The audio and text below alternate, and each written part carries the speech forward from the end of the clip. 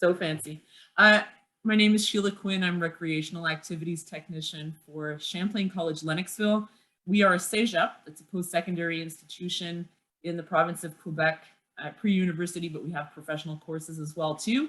I'm responsible for training and leading our leadership team and for helping to organize activities that are both educational, informational, fun, and I think we get to hit all of those notes today as we connect with authors, Dr. Claude Louis and his wife, Kristin Knight. Thank you Louis. Thank you so much for being here with me today. Thanks for having us. Thank you for having us. This is so wonderful. So we're doing activities each week at our school or promoting information regarding Black History Month, but we wanted to do, as I'd explained to you actually earlier, but that I want the community to know, we are really prompting activities within our community that carry over throughout the school year, so that we do acknowledge Black History Month, but that we make the activities something that can really persist and be something that is living and that takes shape as we go. So the reason that I wanted to talk to you today, of course, is because of these two wonderful books. Claude, do you want to tell us a little bit about I'm All Grown Now, Papa? It's the story really of your own life in Haiti. So the story in this book is a 7-year-old version of myself having a conversation with my father, who happened to pass away when I was only 1 month old. It's 100% true, and the facts related in the book are the closest I could think to reality. Maybe some words from my grandma that I might have translated differently, but the circumstances and the settings are pretty much the same. One great thing about this book is that when I grew up, we didn't have cameras. We didn't have those type of luxuries. So the illustrator had to travel to the village where I come from, and he took pictures of different kind of sceneries. Like he went to where we used to live first, where we moved to my school, to the church, to the road that I used, like the pathways that I used to walk through going to school. And he replicated them, some of them, like he replicated them just like it is. I'm so glad you're clarifying that for us, because I'm going to show you, hang on to your book, but when you go through this beautifully illustrated story, I wanted to ask you if it was actually the images were rendered from photos, because they're so great. Well, hi. We got also very much a family situation we got going on here. Hi, how are you doing?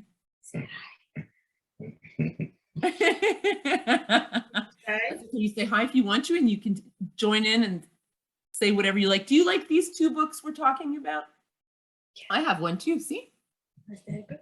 And look, what's this one?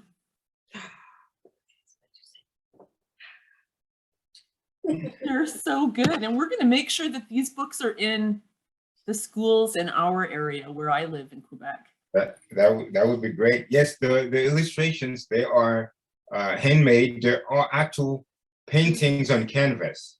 And we own all 30 of them. We have like, size 20 by 16. Canvas. Canvas, they're all here. And so we will have to decide what we will need to do with them in the future in order to continue to try to raise funds for this education program that we have in Haiti. Oh boy, I want to talk to you about that afterwards, Claude. I have some ideas for you. I'm sure you have lots yourself, but oh man, that's really inspiring. Like just imagining seeing an installation of those images and having a chance to see the books at the same time, like that, amazing. So now when you talk about how you grew up, there's a lot of information in here that must have been very challenging for you as a young person, having to walk. You walked like 3 hours to school. Was that what? myself didn't get to walk that distance when I was going to school. The primary school that my brother and I went to was about 1 hour from where we live. But the high school, Still an yes, hour. Just an hour. but my brother had to go to that high school, which was about 3 hours each way. Oh my goodness, And 6 hours. he did it for 4 or 5 years. I can't really recall, before he moved to go to live with some other folks, so he could have a shorter commute. That was one of the kind of benefits that Claude achieved by living at the mission. You know, his testing scores allowed him to achieve a scholarship, so that he lived within the mission, and you know, he had lots of chores and things to, you know, to kind of earn his keep, if you will, but it enabled him to kind of be on the campus of the, you know, of the school, which saved him that tremendous commute every day. But it meant that he was separated from his family starting at the age of about 12, you know, which, you know, really accelerates someone's growing up experience, and, you know, kind of puts a lot of onus on a person to, you know, be responsible for themselves at a pretty tender age still. So.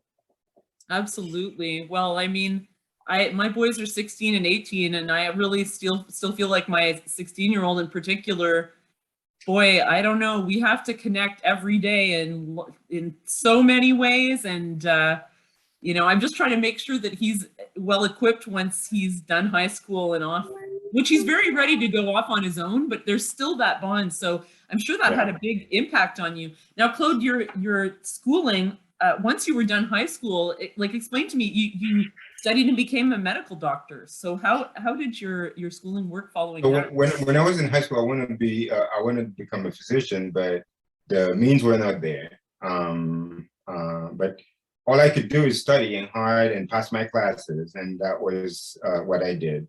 But after I graduated in high school, there was a missionary that said, if you go and pass the competition to get into medical school, we'll raise funds to pay for your tuition. I'm like, yeah? She's like, yeah, if you pass that test, then we'll get you a full scholarship to medical school. And I passed that test and I got into medical school. I had a full scholarship. Like, they covered like everything, books, sometimes even transportation. I got a little bit of help with transportation. The good thing was that even when he was little, I had a night job when I was going to medical school. It paid little, but I was able to, you know, feed myself, buy some clothes, and so on and so forth. So throughout my 6 years in medical school, I had a night job. So I would go to school at 6 in the morning, come back at 7, 8 at night, and then work through the night and go back to school the next day.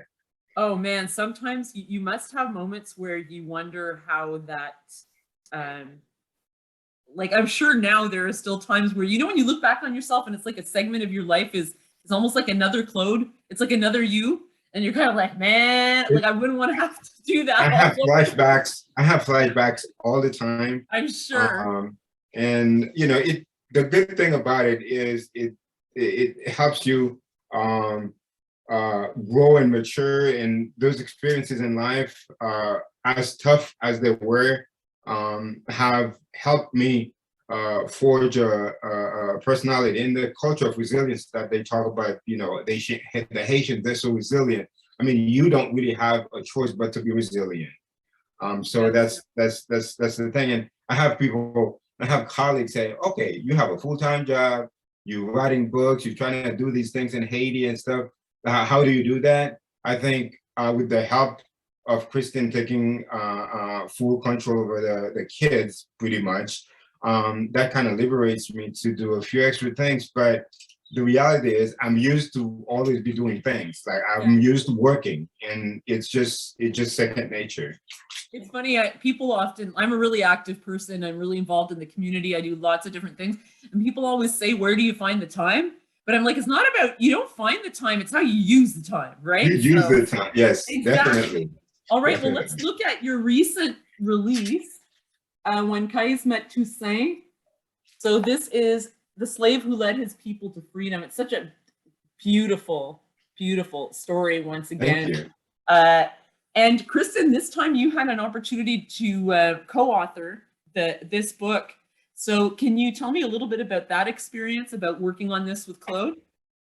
Well, Claude certainly has all the experience in terms of working with the illustrators, working through like the self-publishing process and all the editing, because, I was quite naive when I suggested to Claude many years ago that he write children's books as a fundraising project for the education programs that we have in Haiti through Words in Action, because he has been writing his, adult version of the autobiography for years, long before I met him. But I thought, oh, well, writing children's books is going to be so quick and easy. No, I was very naive to think that, but it is a sustainable fundraising vehicle, but it's also part of establishing a legacy. The books will be here long after we go, and to inspire people in the life of the book. But for this book in particular, I came up with the concept because this time last year, Black History Month last year, Kais was in grade 2 and he was assigned the task of write about someone who was, essentially a hero or influential for and beneficial for Black people. And he chose George Washington. And I thought, okay, well, that's an interesting choice. There are so many other stories that we could shine a light on, to make them known to people. And in his particular instance, having the opportunity to share about a Haitian hero was really amazing. But for him, he just didn't, he didn't see that, but I saw it. And I thought, well, that's something that we can fix. That's something that we can, create, a map, a pathway for this story to be known and to be seen, because there are so many people who have, a magnificent, profound story that should be known, that contribute to progress in, whether in a particular field of life or liberty or life in general. And so anyways, I kind of came up with hi, sweetheart. I kind of came up with the idea to write this book in this story. And so I created the framework, and then I basically left it to Claude to fill in all of the historical parts about Toussaint. So one day I went to work and I received a message, a text saying, here's the plot, here's the body of the book for Toussaint. And I went through the introduction, like how she envisioned the introduction and the conclusion, and just leaving the space in the middle for me to just fill with the history part. Yeah. So pretty much that's how the book came on. She came up with the idea. Yeah, I told him, I said, I have this idea. Because it was all the same day. I was like, no, this is not. I was like, we have to create a way for this story to be out there. And I wrote it the same night, and I sent it to him the next morning, and I'm like, here it is. Yeah, and at that time, I think one other thing is that I was reading books about Toussaint.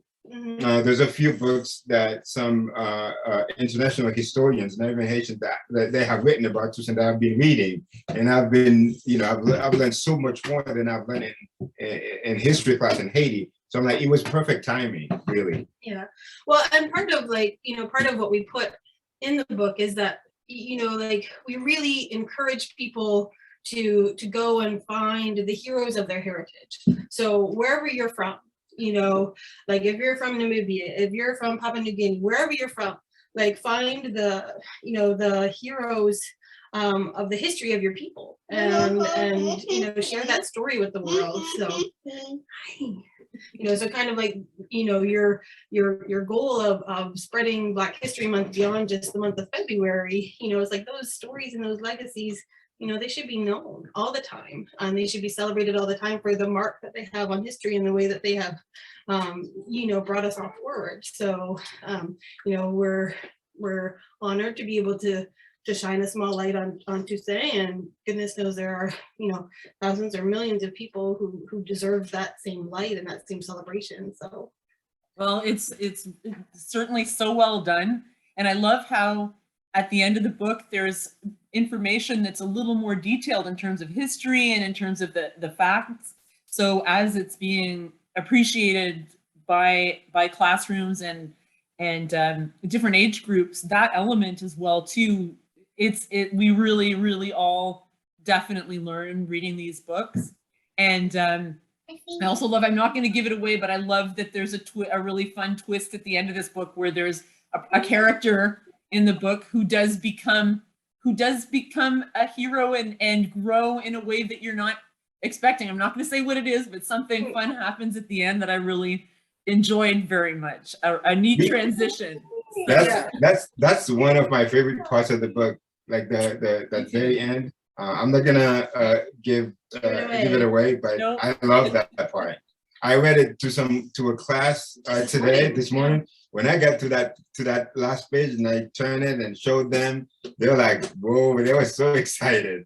Well, yeah, because it's a character that's very endearing from the beginning, and then there's just that surprise that's a bonus beautiful experience for the reader. So that's really well done. Well, you know, we're going to leave all of the information for it's Words in Action. That's I'm trying to remember the exact Words in Action. And so all of that, we'll have all of that and all the links below so that people can connect. And we're making sure to get this in our schools in the Eastern Township School Board because it's so important. We know our school will be dedicating some in Stephen Adekolu's name, who was our former student, who's now an activist and actor and still very much an athlete, and who launched Black History Month with us 2 weeks ago. So he was very excited about that. So we're hoping that at some point we'll be able to bring everybody together, at least in a Zoom call. Well, thank you so much. Malia is showing you something. Malia, yeah, that's their favorite. That's their favorite page. If you ask the kids, it's their favorite page of the whole book. So yeah, thank you for sharing that one. Yeah, thank you. It's a good one. You're right. It is. I think that's my favorite one too. Yeah, I think it is. Well, thank you so much for all of your efforts for doing this, for all of your determination in life, and that how you use your time so well, guys. Like this is, you don't make the time, you use it. So that's beautiful. I just love it. Thank you for giving us an opportunity to share, you know, beyond our local geography here. We really appreciate, you know, just any exposure that various communities can have to these stories and kind of adopt them as their own. So thank you for the time in hosting us today. Wonderful.